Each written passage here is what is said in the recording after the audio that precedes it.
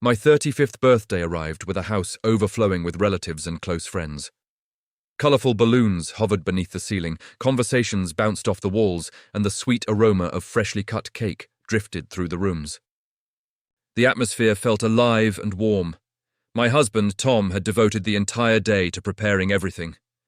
He moved quietly from task to task, greeting each guest with the same gentle smile that never seemed to fade. That was who he was, steady, dependable.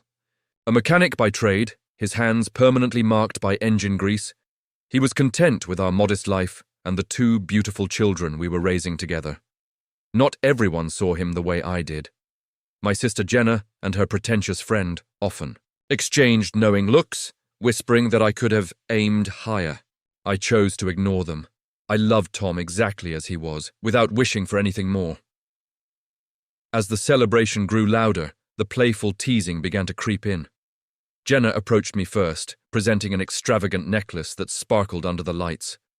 "From someone who appreciates real taste," she announced dramatically. A few people chuckled. Moments later, Tom stepped forward with his gift. In his hands was a wooden jewelry box he had crafted himself, carefully carved with intricate designs. The detailing was beautiful, every line shaped with patience. At first, there were soft murmurs of admiration. Then Jenna let out a small, sharp laugh. "How charming," she said mockingly. "Did you find that at a yard sale, Tom?" Laughter spread across the room like a ripple in water. A couple of my cousins joined in, poking fun at his woodworking hobby. Tom's cheeks flushed red, but he didn't respond. His gaze stayed on me. I opened my mouth to defend him, yet my words were swallowed by the noise. The comments escalated. Someone pointed toward his old pickup parked outside. "I'm surprised that truck hasn't fallen apart. Probably held together with tape." More laughter. Jenna wasn't finished. "Remember when he repaired our sink? Took him forever. At least he doesn't charge much." The room burst into louder amusement. A few guests wiped tears from their eyes from laughing so hard. My stomach tightened. I felt furious at them, and heartbroken for him. Tom simply stood there with his hands tucked into his pockets, absorbing every insult without protest. I leaned closer and whispered that I was sorry. He responded only by gently squeezing my hand. His face was calm, unreadable. When it was time for cake, the candles flickered as everyone sang in unison. I made my wish and blew them out. Applause followed. Jenna clapped her hands together. "Speech time!" Several friends stood up, offering flattering words about my career and appearance. They praised my accomplishments, but Tom's name barely surfaced. Then, unexpectedly, Tom cleared his throat. "I'd like to say something," he said softly. The room quieted, though a few smirks remained. They were expecting something simple, maybe awkward. Jenna rolled her eyes dramatically and muttered loud enough for others to hear. "Oh, this should be interesting." Tom didn't react. He spoke calmly, choosing each word with care. "I've loved Sarah from the moment we first met. She's the brightest part of my life. So are our kids. But I'm aware that some of you believe I'm not good enough for her." Low murmurs stirred again. A few people nearly laughed, but he continued before they could. "You joke about my work, my presence, my truck. What none of you realized is that for the last 5 years, I've been building something in that same garage you make fun of." The room began to quiet.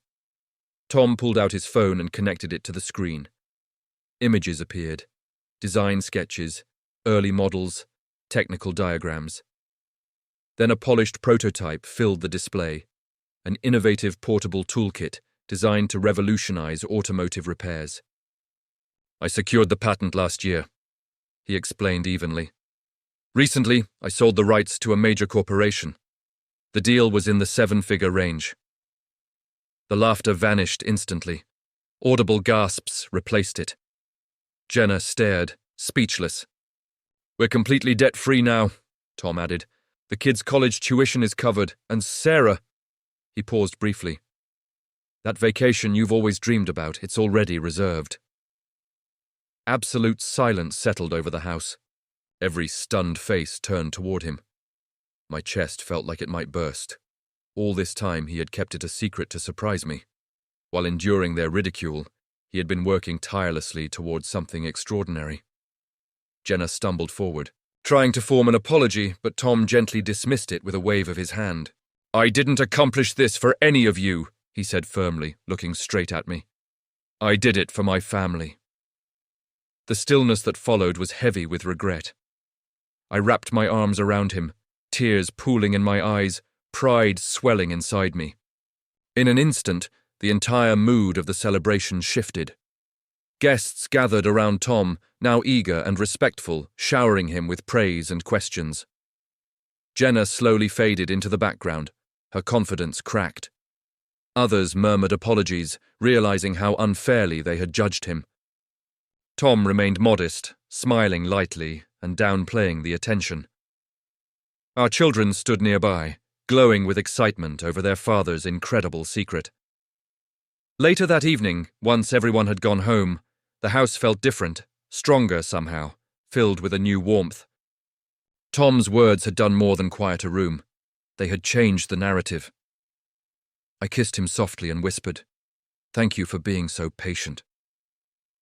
He gave a small shrug. "They laughed because they didn't understand," he said calmly. "Now they do." To me, our marriage had always been solid.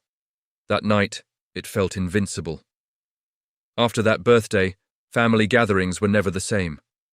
The jokes stopped. In their place came genuine respect and curiosity. Jenna even began asking Tom for advice about her car.